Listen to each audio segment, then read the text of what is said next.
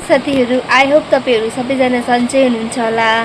म चाहिँ अहिले रेडी भइरहेछु। म चाहिँ किनभने अहिले चाहिँ मर्नुमा जान लागेको नि त, किनभने यहाँ चाहिँ गाउँमा चाहिँ बोजू खस्नु भएको रहेछ नि त। अन्त त्यहाँनिर चाहिँ अहिले सेवाहरू हुने रहेछ हो।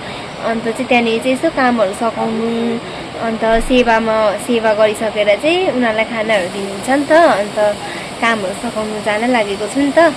तपाईँहरूलाई म देखाउँछु, बेसी देखाउनु पाउँदिनँ हो, अलिअलि मात्रै देखाउँछु नि। मरौ चाहिँ नि हाम्रो पुल पारी हो नि त।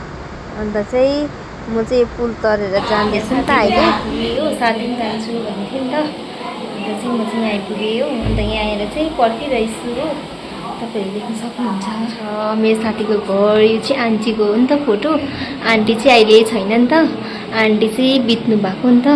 अन्त आन्टीलाई चाहिँ मिस गरिरहेछु। यहाँ आउँदा चाहिँ मैले चाहिँ बेसी बनाउनु पाइनँ नि त, काम बेसी भएर। अन्त अलिअलि अँध्यारो भएछ हो। म त डर लागेर होइन, किनभने अब यस्तो अँध्यारोमा एक्लै हिँड्नुपर्छ। अन्त त्यो पनि पानी छिटाइरहेको थियो नि त। यहाँ हेर्नुहोस् न तपाईँहरूले।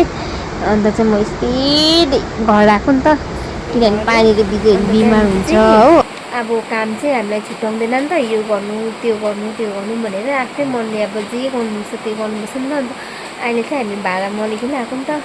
अन्त यहाँ हेर्नु सक्नुहुन्छ मेरो त भिजेर हो, बल्ल बल्ल सुक्यो त्यहाँ बस्दा। अन्त चाहिँ त्यहाँ कामसाम सकेर चाहिँ घर आइपुग्यौँ गरेर होला कि ढाडहरू खुट्टाहरू पुरा दुखिसक्यो।